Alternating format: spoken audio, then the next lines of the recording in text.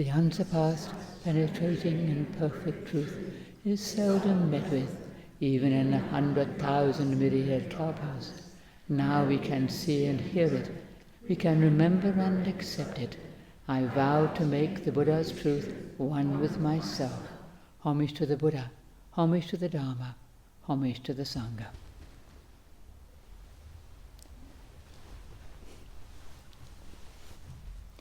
So we just had our festival for Manjusri Bodhisattva. He's the Bodhisattva of wisdom, as many of us know.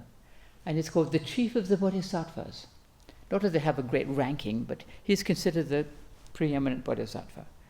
Because wisdom is the basis of compassion, as manifested by Avalokiteshvara, and universal love for beings, as Samantabhadra shows, protection of the vulnerable, women, children, travelers, the sick, animals, and that's Kistigaba. Because there has to be wisdom so that we know how to help beings. Because we all tried, all the bodhisattvas are there to help beings. And wisdom is necessary, otherwise you don't know what to do. Well, Manjusri takes a number of different forms, and you can see some of them right here.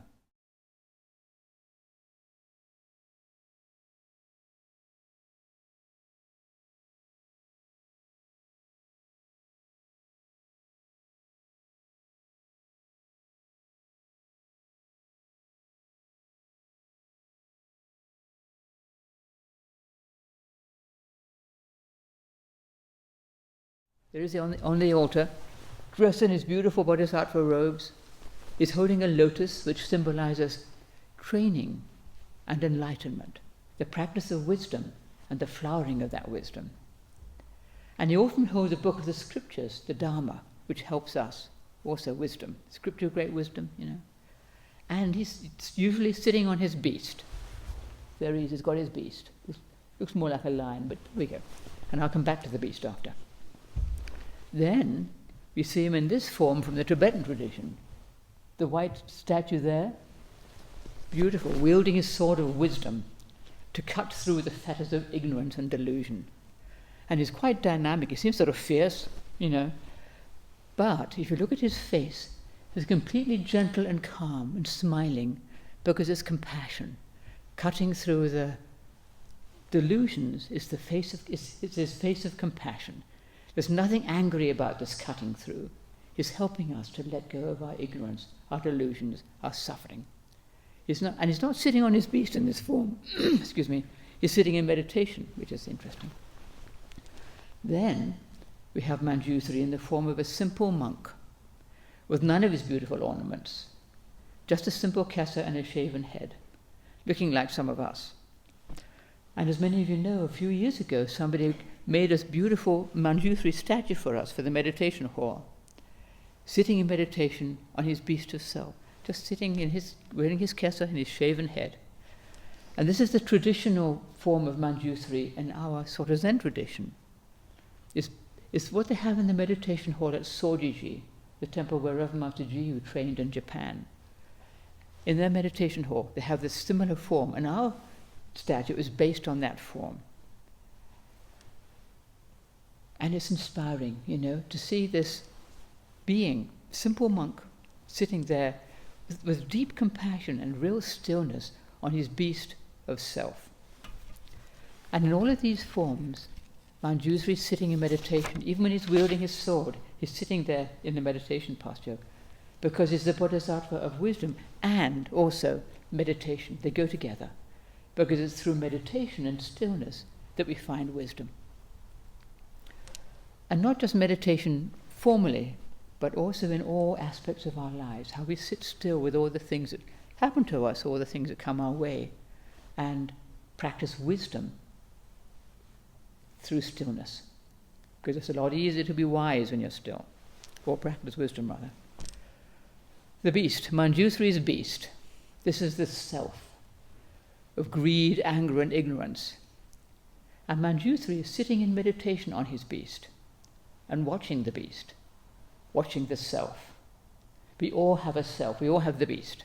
We all have selfishness. No matter how long we've been meditating, and training, we can all give in to a selfish impulse. That beast is never asleep and is never dead. He's always there. It maybe dies when we do, but until then, he's awake, whatever we're doing. And sometimes we may feel like Manjusri, sitting still, watching the mind. Sometimes we're the beast. But we keep sitting still and watching the self, watching the mind, as best we can. Even when we've just made a mistake, we've just done something selfish and dumb, just come back. What did I do? I was selfish, I'm sorry. And knowing that we've not permanently damaged something, we've been selfish. Maybe we've done damage, but we can do our best. Try not to do that again. Help if I can, clean up if I can, and come back to stillness. Not thinking we've, wrecked it forever, kind of thing. Well, Manjusri has tamed his beast, his selfish nature. That's why he's Manjusri. But he doesn't bind and gag this beast or keep it in a cage. The beast he can move, He's still, he's not trussed up, not fettered or squashed down. It doesn't work to try to stifle our selfish impulses and kind of bind them up, squash them down, to try to be perfect and not have never let an angry thought arise or a selfish desire. Good luck, because we all have angry thoughts. Selfish desires come through, but it's what we do with them that counts, Because if we try to squash down everything and be completely perfect, we're going to bust out and do something really dumb sometimes, because this doesn't work. You have to accept the self, have to accept that beast. Manjusri sits on his beast. He loves the beast. The beast loves Manjusri, as you can see in our meditation horse statue. And here too, often you're looking up at Manjusri, and Manjusri is sitting there with him. No animosity, no fight. Manjusri and this beast are one, as Reverend Master Dicey says in one of the invocations. To sit still with our selfish impulses, our greed, anger and delusion, watching the mind and letting those impulses come and go, the angry thoughts or the judgmental thoughts or the critical thoughts or whatever it might be, letting them just come and go, whether we're sitting in meditation or going about our life, which can be a lot harder because we're doing all the things of our daily life, and it's so easy to forget about stillness, and to say or do something we might regret, that might hurt somebody, some snappy response to somebody, or a desire that we give into and think, I shouldn't have done that, Our angry and judgmental thoughts, selfish desires, even if we don't act on them, if we feed them and nourish them, I really want this, we're being carried off by our beast of self. It's not the same as harming somebody to get something actively, but still our harmful, our angry and greedy thoughts hurt us actually, because they feed something. Having selfish thoughts arise is not the problem. It's feeding them that we don't want to do. Don't feed that beast. He's doing fine. It's quite a nice chubby beast actually. But if you can recognize those selfish thoughts for what they are, just a selfish impulse, just an angry thought, and let them go, that's wisdom. And this is why Manjusri is a bodhisattva of wisdom, because he's sitting still with the self. He's not letting it run him around, but he's not got it bound and gagged, as I say. He trusts the self not to get out of hand as long as he's watching it. But he's not got it curbed or bound up.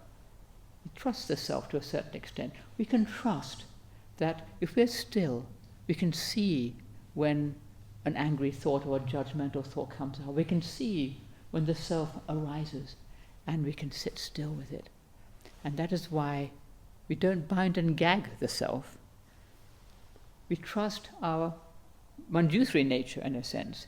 It's not that they're really different, but trusting that we can sit still, trusting our meditation, having confidence in our practice, and trusting that we can do that. We don't have to be bound and gagged. And this is why we need compassion.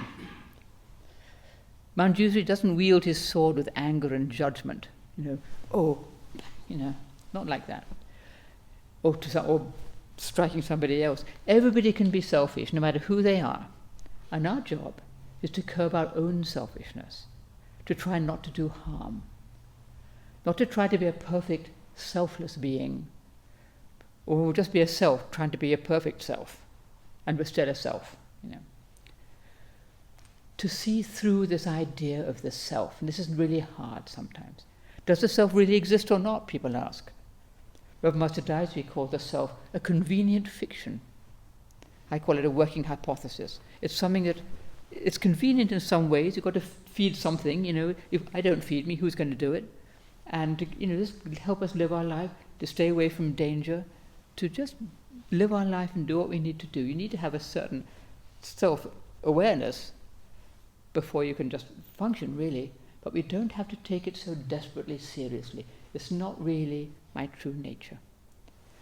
And that's why Manjusri's beast, it's a bit of a comical beast, actually. He's not a desperate, savage, slathering creature. He's a bit of a kind of a comical beast, the one in the meditation hall.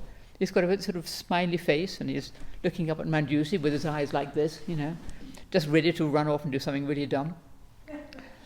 We don't have to be afraid of this self or judge it as bad. It's not a bad self. We do need to tame it. We need to train our selfishness. And we're not separate from it. We're not divided into our pure, nice Manjusri nature and our basic, horrible, bad beast nature. It's all one. We're all one beast. The two are one. Their struggles ceased, as Reverend Master Daisy put it. The struggle has ceased when we have there's less, when we have some control over our selfish nature. We see the self arise, and we don't have to give in to it. And we see that we don't have to be run around by this self going rampant. And we can always still make mistakes and do or say something that's thoughtless, self-centered, maybe harmful. None of us the beast is not dead.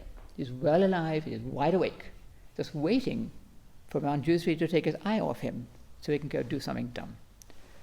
But as I said, we don't have to be terrified of doing something wrong. I had to be really mindful all the time, or I'll do something really stupid. That doesn't really help, because you just get wound up. To trust that actually we will know when we're getting ready to say something we shouldn't say, do something we shouldn't do, that might create harm.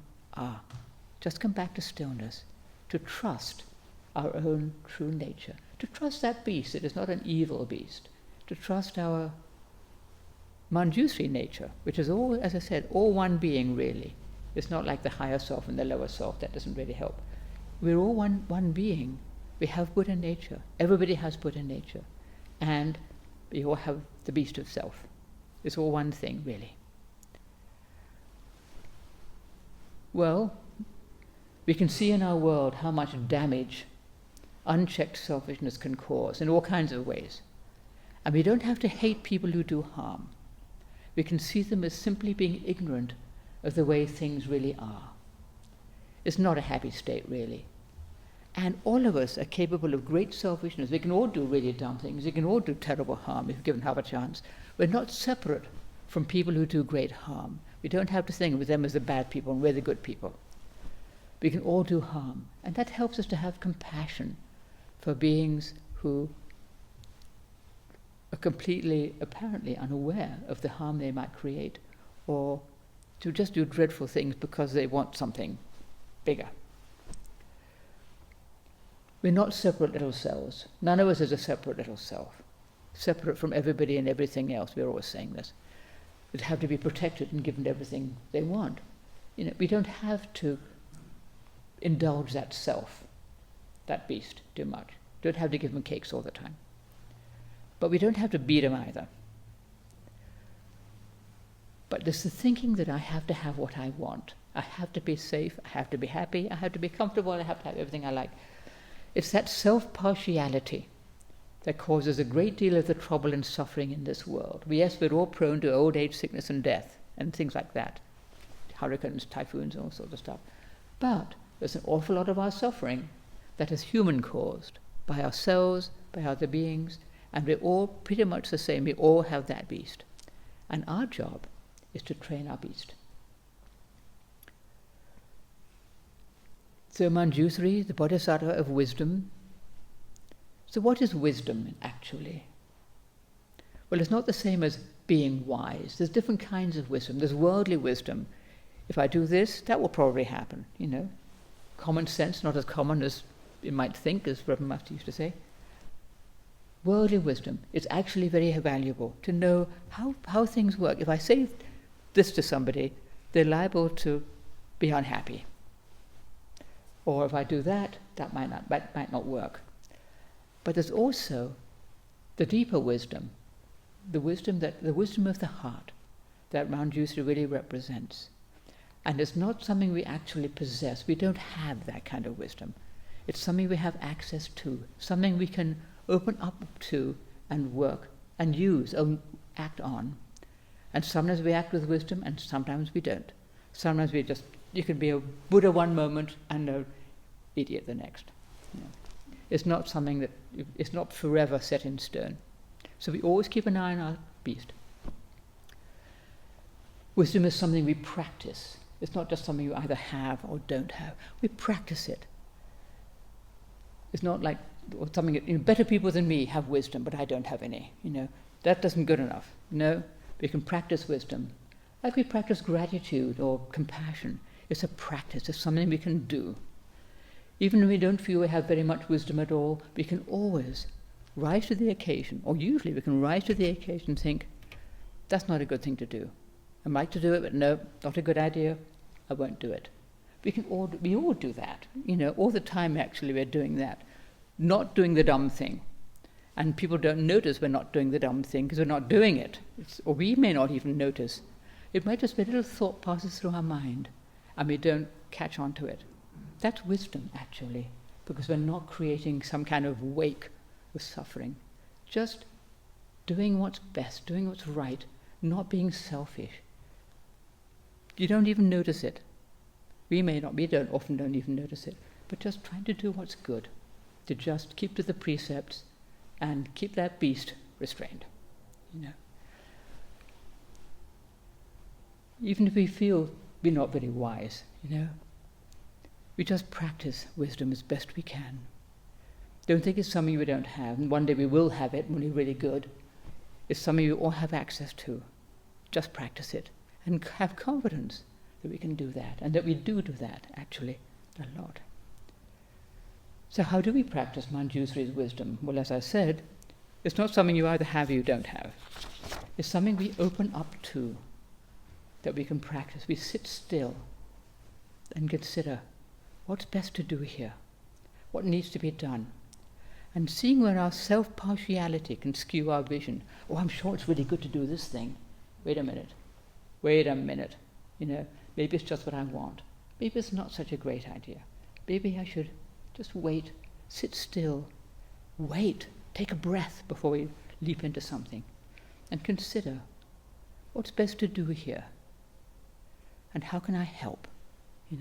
How can I help beings? When the clouds roll in, the clouds of delusion or anger or fear or despair or confusion, whatever they are, we can feel as though we know nothing at all, no wisdom.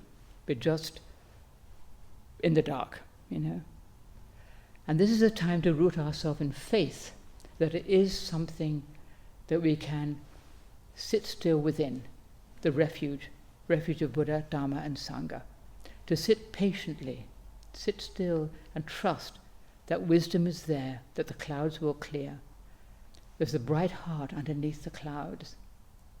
And just to wait. Sometimes we don't have to do the thing right away. May I get back to you about that? Or maybe I'll just wait and we'll wait and sleep on it and see what I think tomorrow.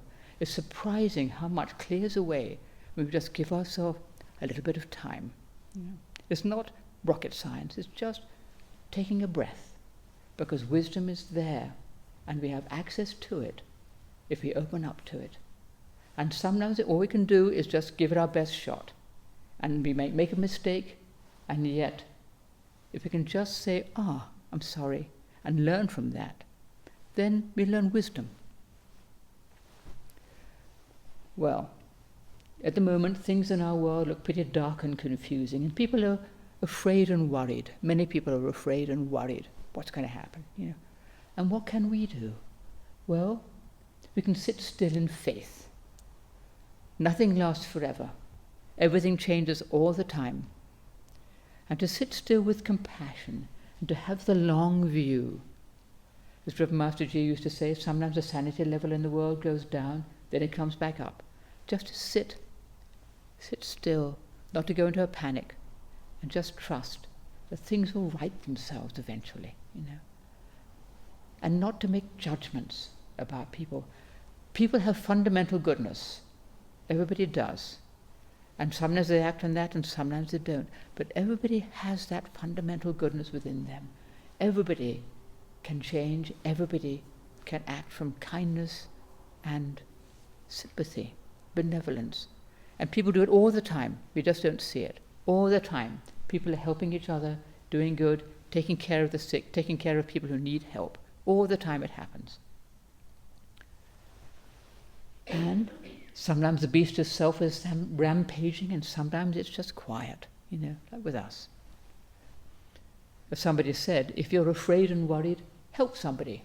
It really helps to let go of our narrow view of my little self against the world and all that stuff out there. But, I can open up, help somebody, do something to help the world. Because we're part of the world. We're not separate. We're part of everything that goes on, for the good and for the bad. We can practice wisdom and compassion. We can help. And to trust that we can help. And if we sit still, we might have some idea of what's good to do, how we can help. This morning we sang the litany of Manjusri Bodhisattva, which is one of my favorite. There he is, this king, universal enfolder. It's a beautiful name when you think of it. What is he enfolding? Who is he enfolding? But he's asking, he's made all this merit, made all kinds of offerings to the Buddhas and so forth. And he's saying, how can I make the best use of all this merit I've acquired? What am I going to do with it? He's not just enjoying it, he wants to use it for the good. And the gods say, engender bodhicitta, help beings. Be a bodhisattva, help beings. Don't just be a shravaka or something. Go for it. Be a bodhisattva, help the world. And he immediately says, yes, I'll do it. He gets all excited. And he makes a vow to engender bodhicitta, to help beings. And he asks the Buddha, how do I become a Buddha? And the Buddha says, well, in the past I also engendered bodhicitta to help beings, and that's how I became a Buddha. And so the king's deeply inspired, again all excited. Okay, he makes a great lion's roar in the presence of the assembly, a great roar of truth. And he says, I'm going to do this. I'm making this great vow to help beings. I'm going to give up being angry and greedy and resentful. And if I do those things, I'm betraying the Buddhas. I'm going to help beings. I'm going to keep to the precepts. I'm going to let go of all greed and anger and delusion and so forth. And he says, if my vow is truly sincere, may the earth shake in 6 ways, may music sound in the air, and may coral-tree flowers rain down. He doesn't do the easy way, saying, if my vow is wrong, may all this happen. He says, no, if I'm really sincere, may all these things happen. He really goes out on a limb. And of course, this all happens. The earth shakes in 6 ways, musical instruments sound in the air, and the coral-tree flowers rain down because his vow was so sincere. And later on, this king becomes Manjushri Bodhisattva. So, Manjusri's wisdom comes from bodhicitta, the vow to help all beings. Our wisdom comes from bodhicitta, the vow to help all beings. This is the clue for us. And that's Manjusri's teaching for us today. Thank you. Take care of yourselves. May all be peaceful, joyful, and happy in the teeth of all events. It's all fine. Fundamentally things are okay. Just don't go into a panic. And people are actually just living their lives. People get all worried about what's going on in the news and all that. And in fact, mostly people are just living their lives. Yes, things go wrong, things happen, they lose their health insurance, all those kinds of things. But actually, we just live our life and do our best with it, no matter what happens, day by day, That's what we do. So, with as much faith and trust as we can engender. Thank you.